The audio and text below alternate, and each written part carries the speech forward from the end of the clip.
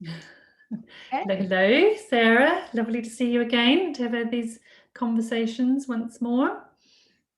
Likewise. Yeah, so for everyone listening and watching, Sarah and I have decided to just have a little conversation because there's been a lot in the media recently about the impact that lockdown and isolation that it brings could be having on baby development. And there has been lots of comments, and I know there's some research coming out of lots of universities and things about this, which is great because we need to know these things, because it's not something that it's new, so we need to know what impact it is having. But we also wanted to just have this conversation to be slightly more reassuring, and to let you know actually what is normal baby development, so that when you see something in your littly, you know that it's normal for baby and not a COVID lockdown thing. So we've always said that the social aspect of being a new mum is actually for the mum and not for the baby up to about 6 months. That it really is something for mum to have routine by, to get out of the house, to create networks and friendships and all those wonderful, lovely things. And that very little of it is for the baby directly. Now, indirectly, when mum is out and about and feeling supported and doing all those things, that's going to have her feeling well and meeting lots of needs, and therefore baby's going to pick up on that and respond to that. So it does have an impact on the baby, but not directly on their development in terms of socialisation. So what we wanted to do was just kind of go a little bit further and give you some information and reassurance about baby development at particular ages, so that you can understand what is normal for your baby to be displaying, and not to worry that it actually might be something that has been caused by the isolation that we're all experiencing over lockdown. So Sarah, you've got a great resource. Yeah, so many moons ago, some of you may know, I originally trained and qualified as a nursery nurse, and in those days the qualification we had was called the NMEB, and one of our course textbooks was this book called From Birth to 5 Years by Mary Sheridan. She was like our guru, Mary Sheridan, and she has created this resource of looking at babies and children's developments up to the age of 5, breaking it down into age groups, and also breaking it down into the different parts of their development. So their gross motor skills, their fine motor skills, their vision and language development, and their play and social skills. So I've specifically been looking at the pages relating to babies' play and social skills to see, what is normal for new babies up to about 18 months, compared to perhaps what you're seeing in your babies who aren't able to socialize and mix with other babies of a similar age, which might be a cause of concern for you, that they're missing out on that side of their life. So we're going to focus today on really thinking about 6 months plus, because as Kirsten said, in the first 6 months, the key is that you're getting the socializing and that you're happy and relaxed and therefore interacting with your baby in a positive way, and your baby sort of getting it almost by default, that socializing and sort of perhaps coming into contact with other babies when you're out for a walk or whatever, but it's not really so direct for the baby. But beyond 6 months, when they're really becoming so much more aware of their world, they're starting to roll and move, they're starting to look around them and be interested, they're starting to reach for things. And that's the time that you might start to be thinking, I wish my baby could see some other babies. I wish my baby could play with some other babies. And I'm worried that because they're not able to, how's that going to impact on their social skills as they get bigger? So I'm just going to read you out some little statements from this book, which I thought were really interesting, because hopefully they will reassure you that perhaps what you're seeing behavior-wise in your baby that may be causing a bit of concern that this is happening because they're not socializing, you'll come to see that this is normal behavior. Even if they were socializing every day of the week with babies of their age, they would still be doing the things that you're seeing in them already. So sorry, just jump in there, Sarah. And a lot of it too is the socialization with other adults, isn't it? There's lots of worry about not being able to see grandparents and all that type of thing about interacting with other adults. And it's interesting that the bits that you're about to read out talk about that as well. So it's all very relevant. And even though we will freely admit that the resources is quite old, that looking at more recent research, it's the same. So that developmental stuff stays the same. It hasn't changed. Our information and our understanding around baby development at each age has been consistently the same. So yes, definitely. Thanks, Sarah. Okay, so if we start with a 6-month-old baby in response to their socializing skills and how they respond, as Kirsten said, to other adults, the book says that they are still friendly with strangers, but occasionally show some shyness or even slight anxiety when approached too nearly or abruptly, especially if their mother is out of sight. And from 7 months, they are definitely reserved with strangers. So that sort of stranger danger, shyness stuff coming in between 6, 7, 8 months around there, not wanting to go to anyone else, sometimes not even wanting to go to dad, which can be really upsetting. But perhaps you're seeing less of that because dad is around so much more. So there's a positive, even if they don't know granny so well or auntie or whoever. That shyness, that wariness of people they're not entirely familiar with is absolutely normal for a sort of 6, 7, 8 month old baby, because they are just beginning to realize that this person is not their familiar person in their life. And there's that little element of self-awareness and awareness of potential danger. It's self-preservation really for the baby. So there's our sort of thinking about 6 months old. And then if we sort of progress a little bit and come up to sort of 9 months or so, your baby is probably by then beginning, if they're seeing people on a regular basis, would be able to distinguish those who are strangers from those who are familiar to them. But they still require reassurance when somebody unfamiliar is coming towards them or wanting to give them a cuddle or give them a kiss or whatever. And they tend to cling to their known adult and hide their face away. So again, if you're going to see somebody when you're meeting up for a walk, someone your baby hasn't seen for a while, and they seem terribly clingy to you, that is normal. That's not just because they haven't had the opportunity to socialize regularly. Obviously, if it was, somebody who you might have been able to see on a much, much more regular basis than you have been, then yes, your baby may be a lot less clingy, but that clinginess is normal. That is still normal behavior, even though they're now, 9 or 10 months old, getting on even towards a year. They can still be very anxious about people they don't know.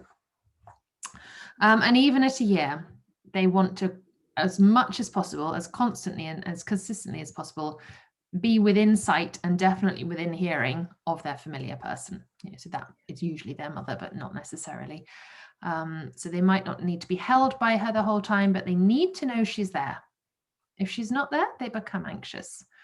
And there's definitely been quite a lot of research on children who are left in a room. This is sort of under controlled conditions, so the baby's not left to become distressed, but in a room with mother and an unfamiliar person, and the mother leaves the room just for a moment, and the unfamiliar person is observing the baby, and the baby becomes very anxious very quickly. Where's mum gone? Heading, crawling off to the door or walking off to the door if they can walk, and even if the mum's only gone for a few seconds, just really become quite upset and definitely need to have that familiar person back in the room with them. So again, this is not a COVID development. This is not knowing people because of COVID. It is not knowing who people are in general that can cause discomfort for your baby, emotional discomfort for your baby. And then we think about, beyond a year, children starting to play a bit more together, or we think perhaps that's what they're going to need, is having that opportunity to interact with their peers more. And there's no doubt leading up to this time that babies enjoy looking at other babies and being in a room with other babies, but they're not playing together, they're not interacting, they're just being aware really that there are other little people like them, but they're not doing anything with these babies. But even beyond a year, they're not really playing with other babies or with other children. Again, looking at them, being interested by them, no doubt learning from them if the other children are a little bit older and can do a little bit more on a physical level. But play-wise, socializing-wise, not really yet. So really curious about the world around them. But still, their safety net, their familiar person is their world still, even at 15 months and going into 18 months old.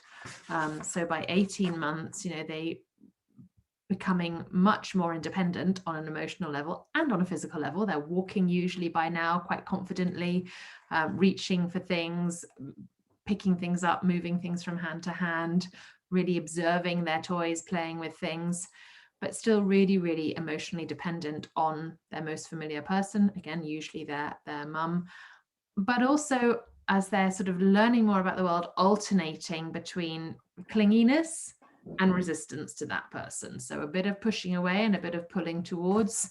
And again, this is not a COVID-related response. It is a normal 18-month-old response as they are starting to venture out of their comfort zone into the bigger world as they see it, but still want that reassurance, but also want to be fiercely independent and get frustrated when they can't do things that they want to do and might need help.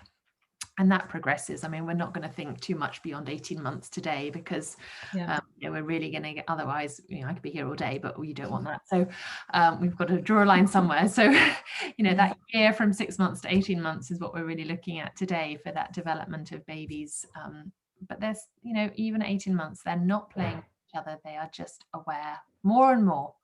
And clearly it's upsetting if you've got a baby who's, 12 or 15 or 18 months now, and you're thinking of all the life that they've had, their whole life or most of their life has been under the restrictions that we've all experienced for the last year or so, and how different that must feel for you of what you expected their life to be. They don't know any different. So as long as you're happy and playing with them and talking to them, singing with them, taking them out, giving them the best that you are able to in the situation you find yourself in, that's your baby's world.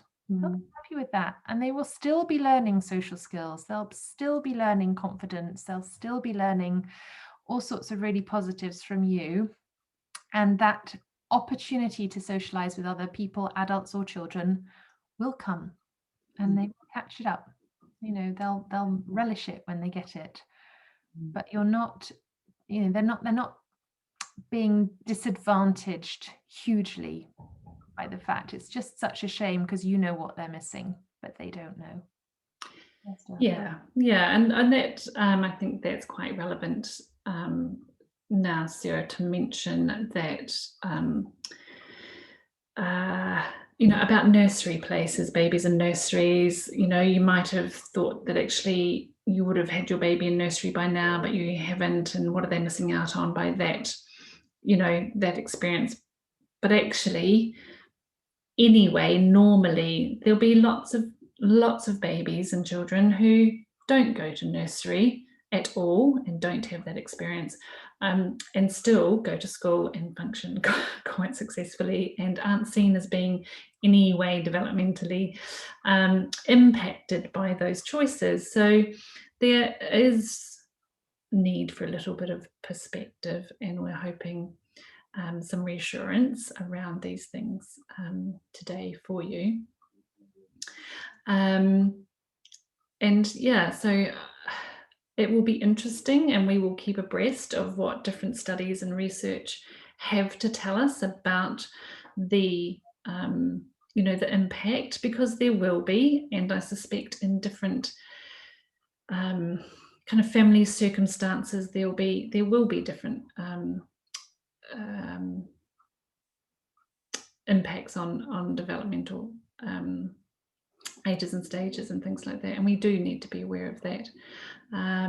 But alongside that, I feel it's important to have a balanced, we're all about having information. So I think it's important to have a little bit of that balance about understanding actually for you what is normal for your baby at that age, as opposed to something that the isolation of COVID may have created. So that was our kind of intention for today, and we hope that we've done that. Sarah, is anything else to add?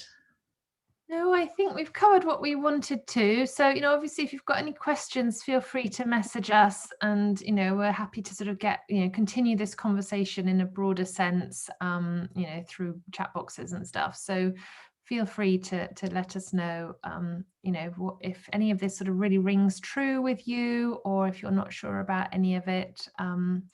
But our aim here is we did want to give you some reassurance, and just remind you what a great job that you're all doing. It's difficult for all of us, but particularly those of you with really little ones who are just having such a different experience to the one you'd anticipated, and it's really hard. And being full-time with a small person, or 2 or 3 little people in your family, however how big your family is, it's tough. It's really tough, and you're doing a great job, and you will be helping your baby with their social skills, even if you're not aware of it, because to you it may just be normal what you're doing, but to your baby, they're learning the whole time. They're watching, they're observing, they're taking things in. And you'll be doing, an incredible job of getting them ready for the world outside when we can all go back out there. So well done. Keep it up. You're doing a fantastic job, all you mums out there.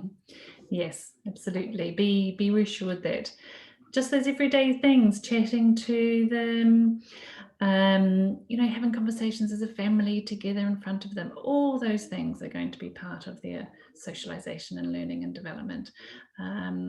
And there are so many things that you can do and that you are doing already. So please don't feel disheartened by much of what we're experiencing. There's lots of positives there as well. But do get in touch with us if you have any questions or need some ideas. Perhaps we should do a big chat on our Facebook group about some ideas for different types of interactions and things like that, and different things you can do at home to help out with that development. There must be in that book, Sarah, I'm sure, lots of suggestions. Yes. Activities to do with your different age babies. Yes. Brilliant. Great. And I will put a name that escapes me in there as well. Stoppard. Oh yeah, Miriam Stoppard has some great resources on baby development and things to do at home with your baby in terms of all sorts of types of development. So that might be some resources that people are going to be connecting with. Reading a book, Sarah, my goodness, now do you think that might happen? I might have to blow the dust off some of mine. But yes, so there we are, everybody. Thanks for joining and connecting in with us for this, and we hope that you are reassured and informed and ready to feel okay about the situation that we're in at the moment with your baby. Okay, well, bye for now. We'll see you soon. Bye.